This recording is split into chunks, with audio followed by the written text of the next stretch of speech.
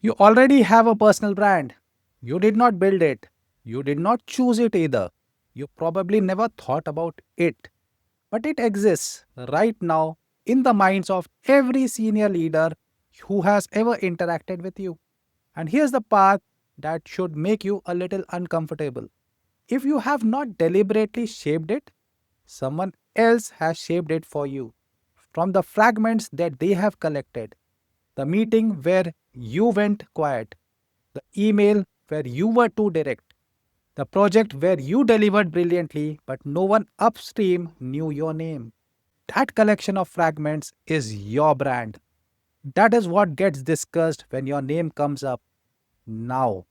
Most accomplished professionals hear the word personal brand and they immediately think, that's not for me, that's for the influencers, for people who spend their time on LinkedIn writing about their feelings, not for serious people who have real work to do.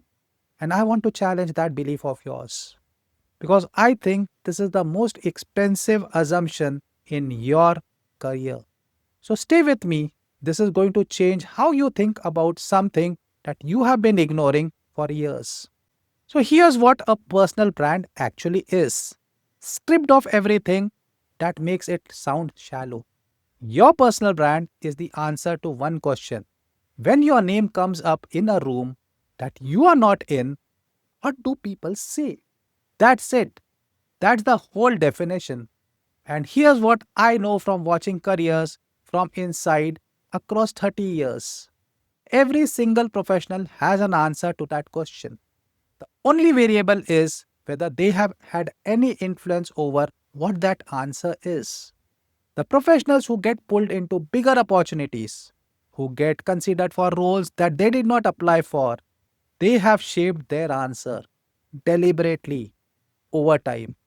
The professionals who keep delivering excellent work and wondering why nothing changes, they have left that answer entirely to chance. And here's where it gets a little dangerous. The fragments that build an unmanaged brand are almost always the wrong ones.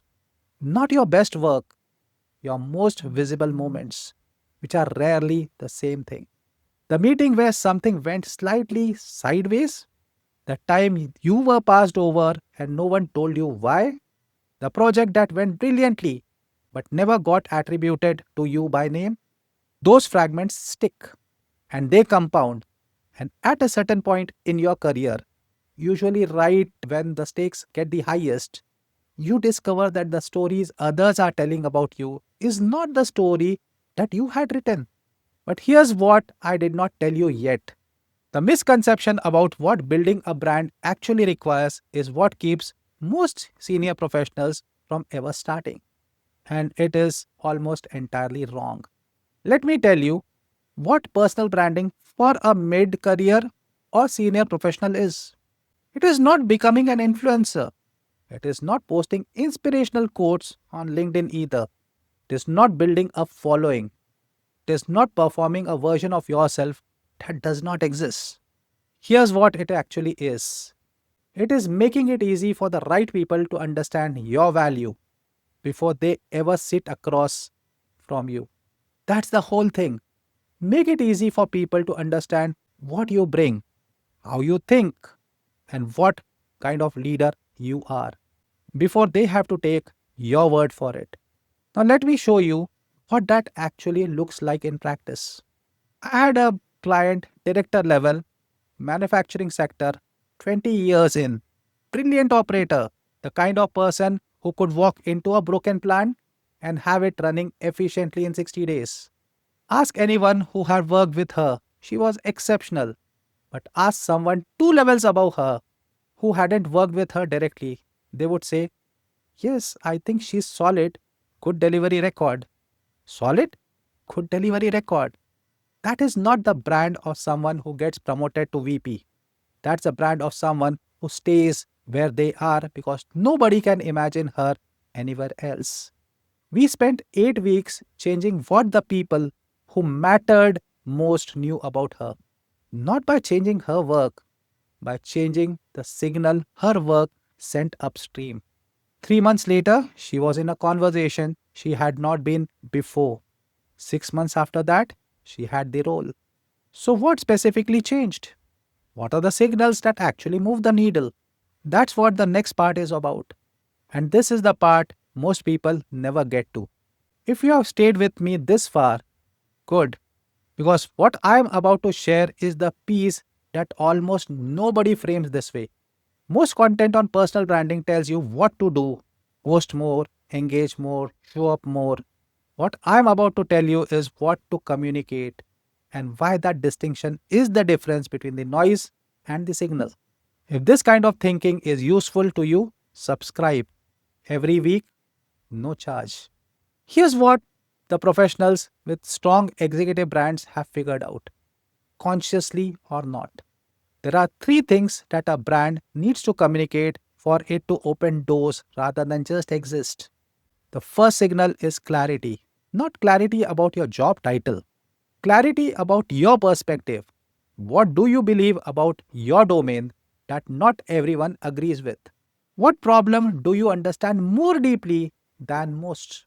What would you say in the first 5 minutes of a conversation that would make a senior leader think this person has a point of view? That is what separates an executive brand from just being a resume. A resume lists what have you done. A brand communicates how you think. A head of supply chain I knew used to say, most supply chain problems aren't supply chain problems. They are communication problems wearing a logistic hat. That one sentence got her into three conversations she was never invited to because it signaled this person sees something others don't. Second signal is confidence. Not the loud kind, not the kind that fills a room, the kind that shows up when you have something to say and you say it without softening it to the point where the point just disappears. I have watched incredibly capable working professionals undermine their own brand in real time, in meetings, on calls, in their writings.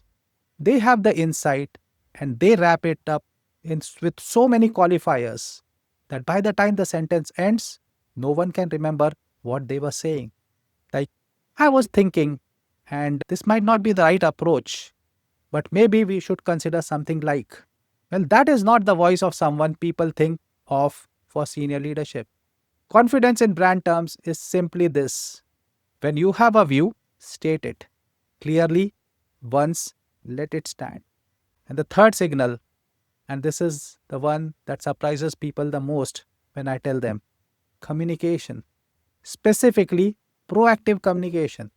The professionals with the strongest executive brands do not wait for someone to ask them what they think.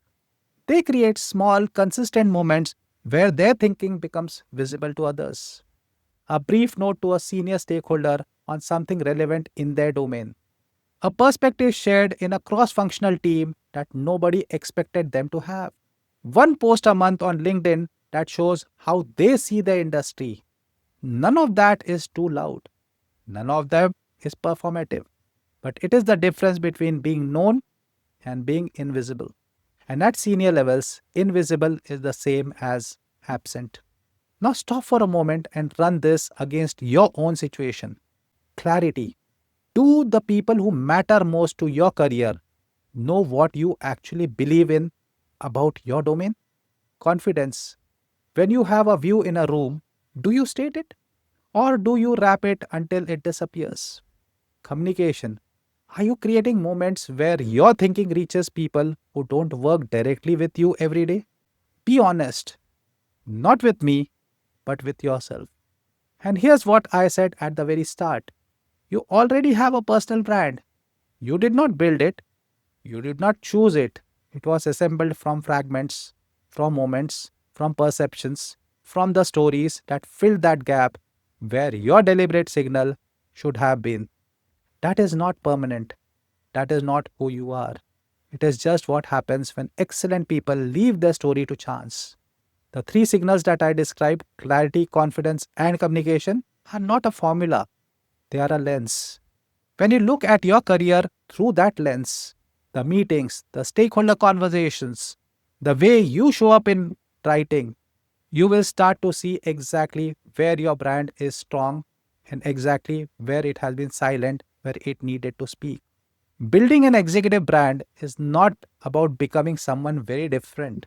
It's about making sure the person you already are, the thinker, the operator, the leader, is legible to the people whose decisions shape your career. You have done the work. Now let the work be seen. You now understand something most professionals in your position do not. Your brand already exists. The question was never whether to have one. The question is whether you are going to shape it or keep leaving it to chance. Here's your next step. This week, find one moment where you can make your thinking visible to someone upstream. One email, one comment in a cross functional meeting, one post, one conversation that you have been putting off, one moment. That's a whole strategy to start. And if you want to go deeper to understand not just your brand, but what specifically is in the way to your next step, I run a free career clarity calls for mid career professionals who are ready to move forward. No pitching, just clarity. Link is in the description. And subscribe to this channel because in upcoming videos, we are going into what clarity of perspective actually sounds like in a room full of senior leaders and how to build it if you have never been shown how. I'll see you in that video.